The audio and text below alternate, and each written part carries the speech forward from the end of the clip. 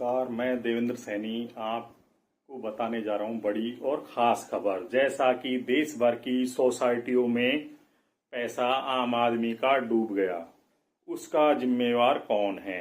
जैसा कि सहकारिता मंत्रालय कुछ सालों पहले बना है, उससे पहले क्या है, ध्यान दिया जाता था एग्रीकल्चर के डिपार्टमेंट के जरिए, यानी रजिस्ट्रार के जरिए। जो परमिशन देता था रजिस्ट्रार सोसाइटियों को खोलने की और पैसा जमा करने की, उसमें एक नियम शामिल था कि हर 3 महीने में खुलने वाली सोसाइटी कितना पैसा ले रही है आम आदमी से और कितना लौटा रही है, ऑडिट करनी होती है। लेकिन जैसा कि सामने आया कि रजिस्ट्रार महोदय ने, जैसा कि जिला उप रजिस्ट्रार कार्यालय ने आदर्श क्रेडिट कोऑपरेटिव सोसाइटी की हर 3 महीने में ऑडिट नहीं की और बल्कि उनके कर्मचारियों ने ही आदर्श क्रेडिट कोऑपरेटिव से 8-8, 10-10 लाख रुपए का लोन ले लिया और आदर्श क्रेडिट कोऑपरेटिव सोसाइटी के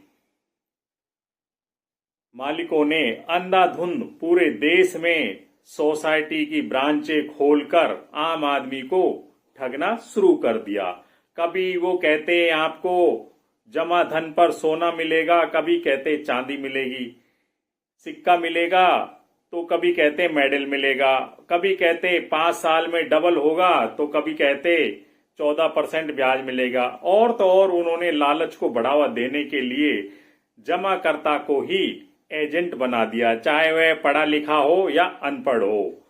जिससे क्या है, एजेंट को 4, 5, 7 जो भी परसेंटेज मिलता है ग्रेडिंग के अनुसार, वरिष्ठता के अनुसार, वह कमीशन भी उनको मिला और साथ ही क्या है, उनको ब्याज भी मिला। अब यह सिलसिला कुछ साल ही चल पाया। जैसा कि 1999 में गठित हुई थी Adarsh credit cooperative society Narendra Mukesh Modi ji के जरिए और राहुल मोदी जी के जरिए।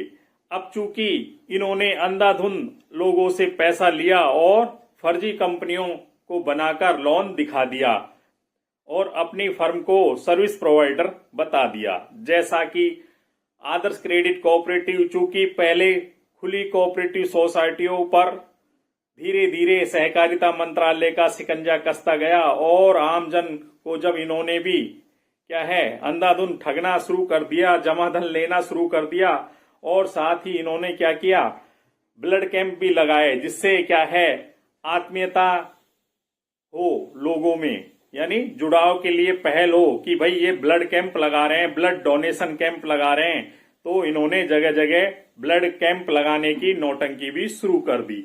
अब बात आती है कि जैसे ही कानूनी रूप से इनकी संपत्तियां बढ़ती गई और यह पहली डिजिटल कोऑपरेटिव सोसाइटी में दर्ज हो गई, यहां तक कि ये फोन के मोबाइल के रिचार्ज भी करने लग गए ऐप के जरिए और भी वॉलेट के जरिए ही जमा करने लग गए थे पैसे। लेटेस्ट तकनीक अपना ली, लेकिन इन्होंने कभी ये नहीं सोचा कि आम आदमी से लिया गया पैसा उन्हें में ब्याज लौटाना भी पड़ेगा।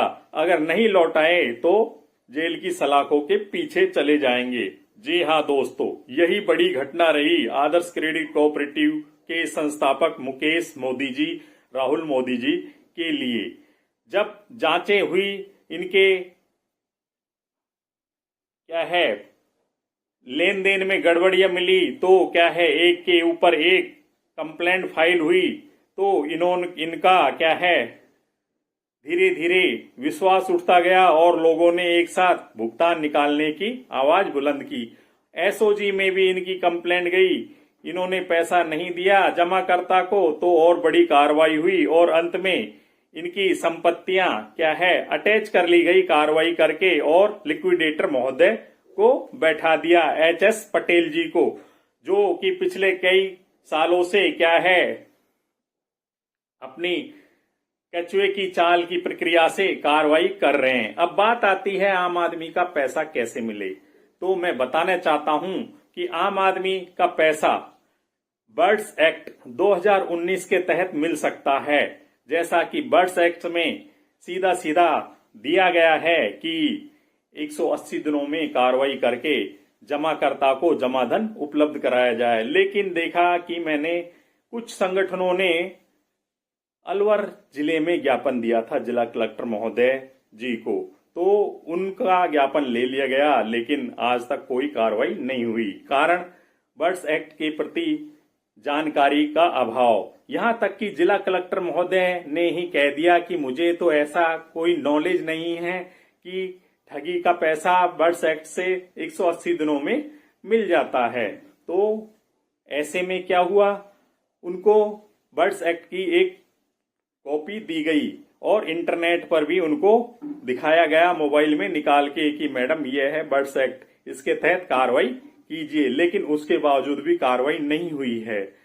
अब बात आती है कि आम आदमी का पैसा कैसे मिले। तो आप जुड़ सकते हैं मेरे जरिए बनाए जा रहे व्हाट्सएप ग्रुप में, जिसका नाम रहेगा आदर्श क्रेडिट का पैसा।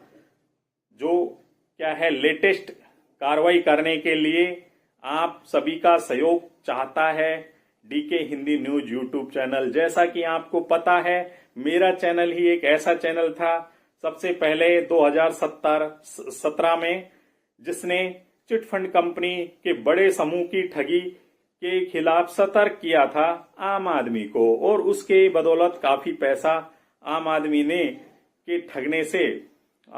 का पैसा ठगने से रोक दिया गया, और उसके एवज में मुझे बड़ा कार्रवाई का सामना भी करना पड़ा। अब जैसा कि दोस्तों कहते हैं, जन सेवा ही सबसे बड़ी सेवा है। अब चूंकि मैं अपने नॉलेज के आधार पर, और जैसा कि मुझे इन चिटफंड कंपनियों ने ही सिखा दिए हैं काफी तरीके जिससे हम जमाधन ले सकते हैं आसानी से।